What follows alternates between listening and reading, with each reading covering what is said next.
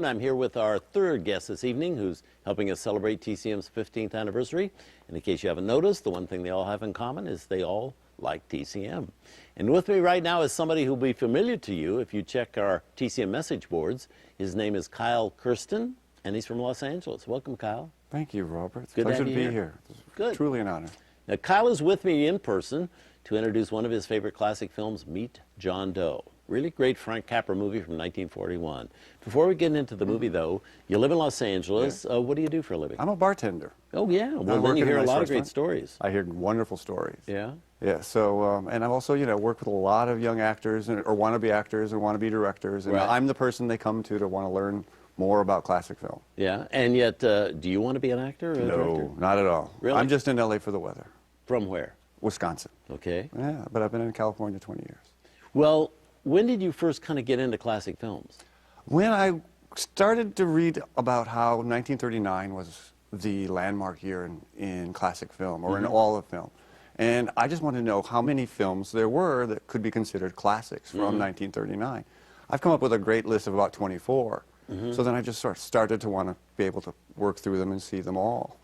Get through Gone Within, get through Mr. Smith Goes to Washington, get through Wuthering Right. Heights. But then you also get to Destry Rides Again, Right. and you get to Babes in Arms, and you get to some of these other films that are also 1939 and definitely should be seen. Right. Okay, now, Meet John Doe is not from 1939. No, it's When not. did you find this film? This particular film, when I was asked to have this opportunity and accept, it was an amazing thing. This is the kind of thing that happens to a bartender only in the movies. So I couldn't quite, not choose this, because the story is of a man who's plucked from obscurity and thrust into the spotlight and becomes quite famous or well-known, or however you want to put it. And I kind of feel the exact same things happened to me tonight doing this kind of nice. situation. So that's my attitude toward it. It is very special to be here. I think it's a great film. I think it's a great balance of seriousness and comedy. It has a social message that I think is very important and resonates with me very well. From the very first scene where the jackhammer takes out the old "Free Press, Free People" sign on the side of the building, and then it's replaced with this new attitude toward the press, you know that this is going to have an impact on the story, or this is what the story is about. And you get some very serious moments in this. This is a movie about fascists and fifth columnists, but this is also a movie that's a wonderful romantic comedy, romantic drama, and I think it just balances all that out really, really well, and that's probably due to the screenwriter, Robert Riskin. I, think that besides 1939, the pinnacle of the era of studio Hollywood films does go from 39 to about 42, 43.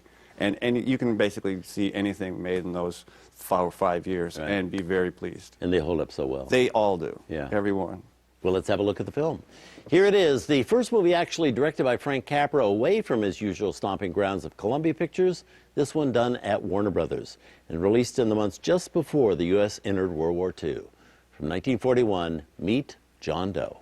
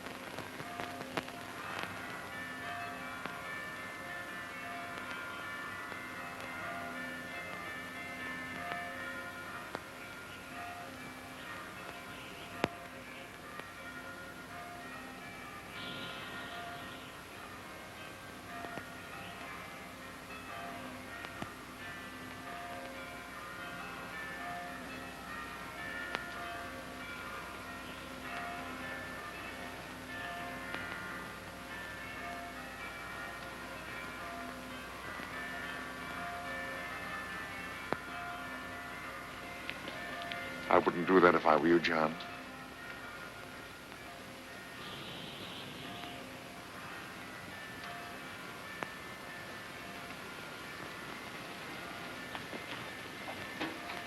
It'll do you no good. The mayor has policemen downstairs with instructions to remove all marks of identification you may have on your person. You will be buried in Potter's Field, and you will have accomplished nothing.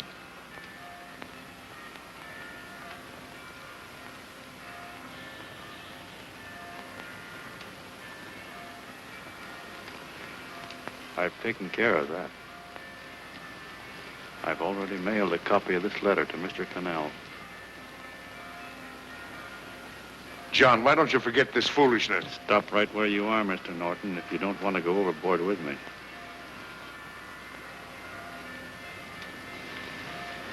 I'm glad you gentlemen are here. You killed the John Doe movement, all right. But you're going to see it born all over again.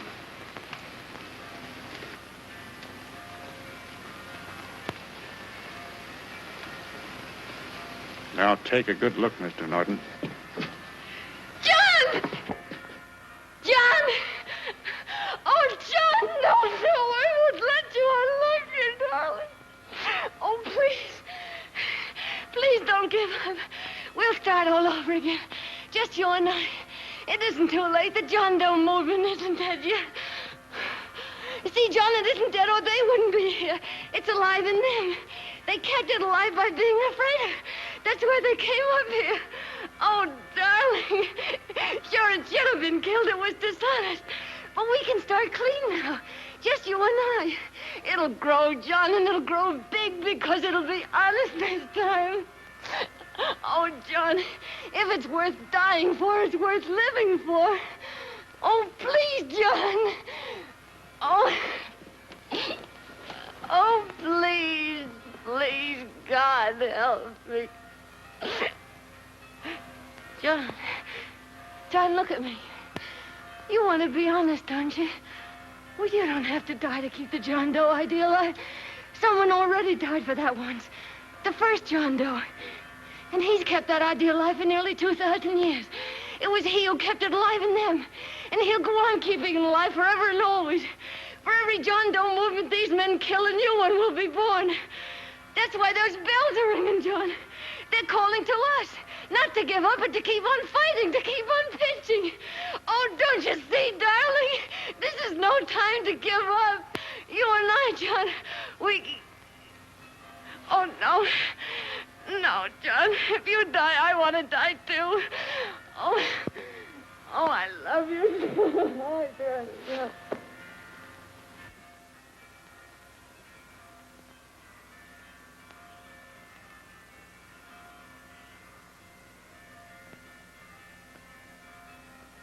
Mr. Doe, you don't have to. We're with you, Mr. Doe. We just lost our heads and acted like a mob. What Bert's trying to say is that we need you, Mr. Doe. There were a lot of us that didn't believe what that man said. We were going to start up our John Doe Club again, whether we saw you or not. Weren't we, Bert? And there were a lot of others that were going to do the same thing. Well, Mr. Sourpuss even got a letter from his cousin in Toledo. I got it right here, Mr. Doe. Only it'd be a lot easier with you. Please. Please come with us, Mr. Doe.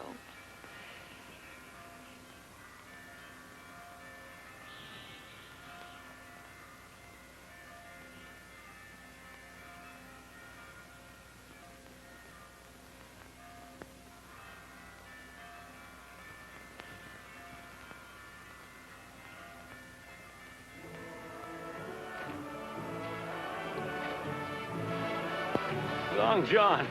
Mr. Doe. Here, we'll help you with her. She'll be all right. Mr. Doe, take her right down to the car. And right up front. Look, we got a car right down to her. Lay on, Norton, the people. Try and lick that.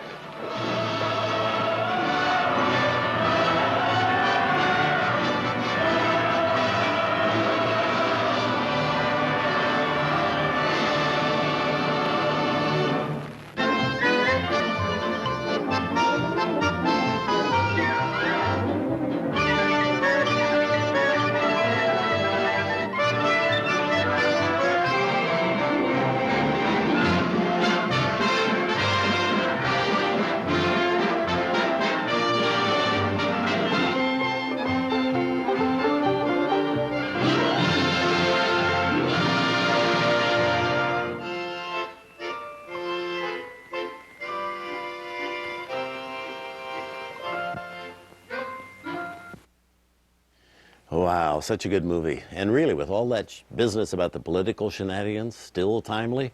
And of course, with that hope that we all have that today things may get better. Right now, I'm here with the man who chose that Capra Classic for us, Kyle Kersten, who's here helping us celebrate our 15th anniversary. Kyle, do you have a favorite scene in that movie? There's so many good ones. I think my favorite scene takes place in the hotel room when Gary Cooper is involved in an imaginary baseball game. It's just charming. It's unexpected. It actually reinforces his character being a former ball player. And it shows the effect that the guy kind of does have on people unknowingly, even as a baseball player, even besides what Barbara Stanwyck's written for him to say. Plus, he's got his sort of curmudgeon conscience there in the form of Walter Brennan. Jiminy Cricket. Yes, exactly. And there's at one point Walter Brennan even starts to play the song from Pinocchio, "Hi Diddly Dee, An Actor's Life for Me." And I think, it comments on Gary Cooper's role and position and what he's undertaking here very, very well. I find that brilliant use of music. There's all sorts of great little scenes in Capra films that involve music, snippets of that kind. It's just very fun. So I like that scene a lot. Now let me ask you something. There's always controversy about this movie and the ending. Right. Capra never was totally satisfied with this ending, and at one point there were 5 different endings filmed that were showing in 5 different parts of the United States at the same time. What do you think of the ending? The ending that takes place on the City Hall roof, where he's actually talked down, fits in perfectly. I hear, there was a talk of there being a scene done where he actually jumped. And I'm like, no, you can't kill Gary Cooper. You can't throw Gary Cooper off the roof. Right. He actually had to be walked off. And in that sense, it had to be, he'd been crucified at the ballpark. Now he's being resurrected. Right. And it fits that kind of story pattern that was evident throughout. Although I'm not a devout person. I think, but everybody, needs to have a good knowledge of the Christ story, just in general. So, and so I don't use it as a sort of any religious, symbolism or motivation. But I think it works well. I think that ending works well. Yeah. I think John Willoughby's resurrected from the death of John Doe. I agree. I think it's a good one. Kyle, you're such an interesting guy. If I ever have a major problem and need a drink, you're the bartender I'm going to find. All right, you do that. Because I would like to, if I had to cry into my beer, I can't think of a better person to talk to than you. I will save you a stool. It would Okay, be my pleasure. You always have one stool left for me. You got it. Okay, thanks again, Kyle. My Been pleasure. a great pleasure. Thank you. Okay, stick around. Up next, I'm going to be back with 2 more of the private screenings interviews I've done here on TCM during the past 15 years. Both stand out as a particularly warm memory for me. One with Lauren Bacall, another with Ann Miller.